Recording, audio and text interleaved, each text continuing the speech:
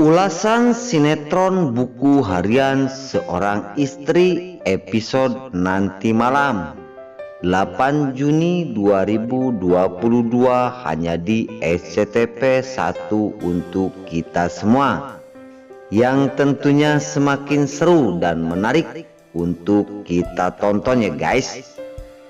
Oke guys, kita langsung aja ke pembahasan. Di situ terlihat di kamarnya Nana. Nana tertidur sendirian. Namun Nana tiba-tiba terbangun karena Nana ingat waktunya minum obat. Di sisi lain Nana teringat kepada perawatnya. Namun sampai sekarang perawat tersebut belum juga datang. Namun Nana berpikir dia tidak ingin menyusahkan orang lain dan Nana pun akan berangkat sendiri mencari obat dan berangkat ke belakang dapur, dan Nana pun langsung mencari obat tersebut di atas tekasnya yang ada di dapur. Setelah Nana naik dan nyaris terjatuh karena Nana terpleset, sontak Dewa tiba-tiba menangkap Nana istrinya karena istrinya akan terjatuh setelah mencari obat tersebut.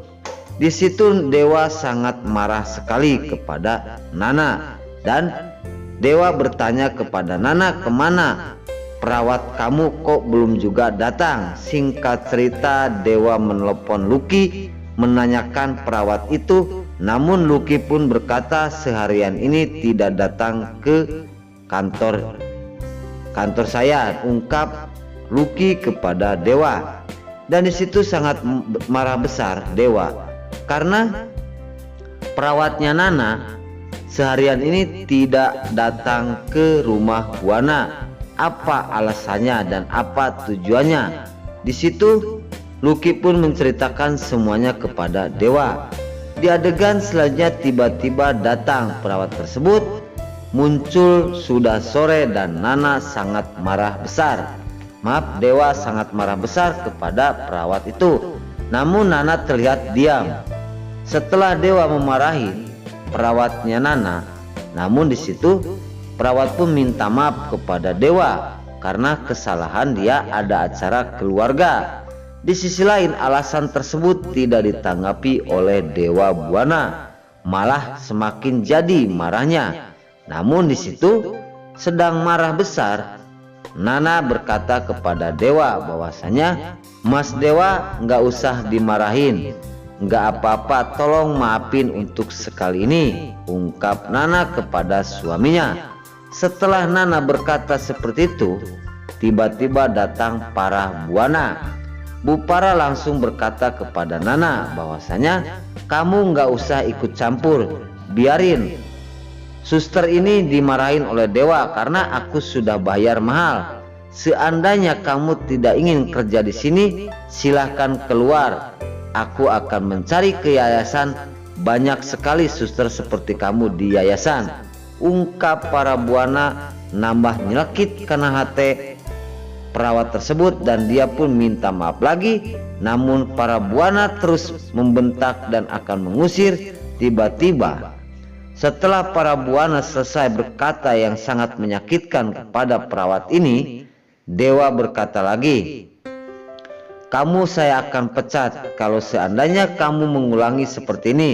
Di situ Nana langsung berkata kepada Dewa, Mas Dewa, maafin dia demi aku.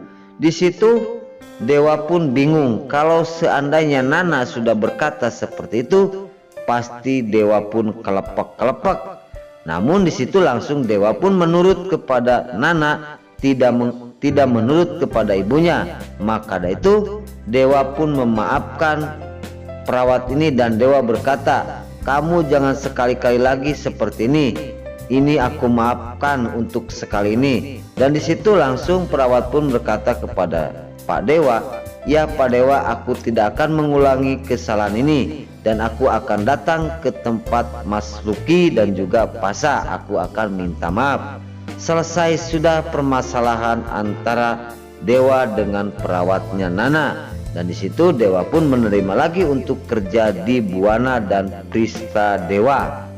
Singkat cerita di situ Dewa Pening ya. Dengan hampir kejadian Nana terjatuh, dia akan kehilangan anak yang dikandungannya setelah kalau nanti seandainya Nana terjatuh dari kursi tersebut. Singkat cerita di situ terlihat Alia si ular kobra bersama si tangkurak Kelvin yang ada di makam Cornelia.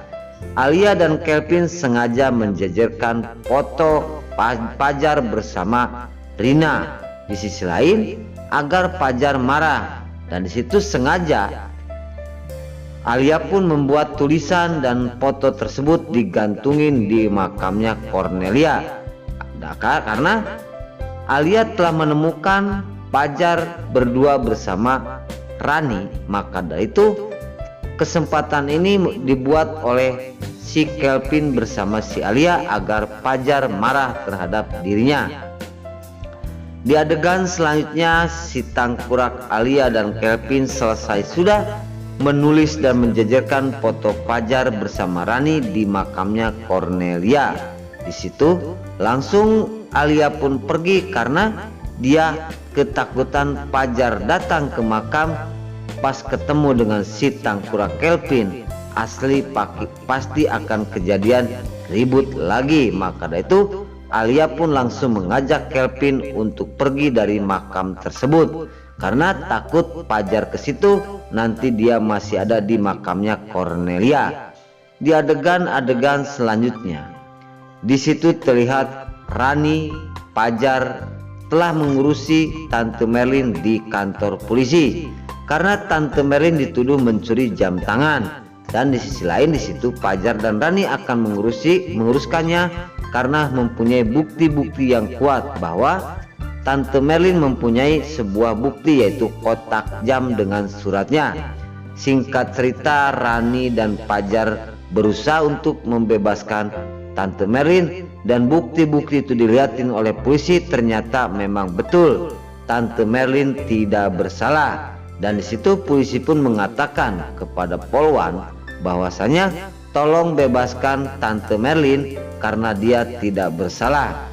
Singkat cerita jam sudah diselidiki oleh polisi dan Tante Merlin pun langsung dibebaskan karena dia tidak bersalah. Dan di situ melihat Pajar sangat senang sekali karena mamanya sudah bebas dari tuduhan-tuduhan kriminal pencurian. Karena ini berkatnya Rani, demi Tante Merlin Rani pun dia akan menguruskan sampai kemana karena dia pun termasuk pengacara yang sangat hebat sekali. Di adegan-adegan selanjutnya di situ polisi memutuskan selesai sudah permasalahan, namun di situ Pajar menuntut balik kepada yang menuduh ibunya, yaitu anak bos pengacara harus dipenjarakan sesuai dengan tuduhan dan fitnah kepada ibunya. Dan Rani pun menegaskan seperti itu karena dia yang dipegang adalah hukum, seorang pengacara. Di situ terlihat Tante Merlin diambil oleh Polwan dari kamar ruji-ruji karena telah bebas dari tuduhan-tuduhan pencurian.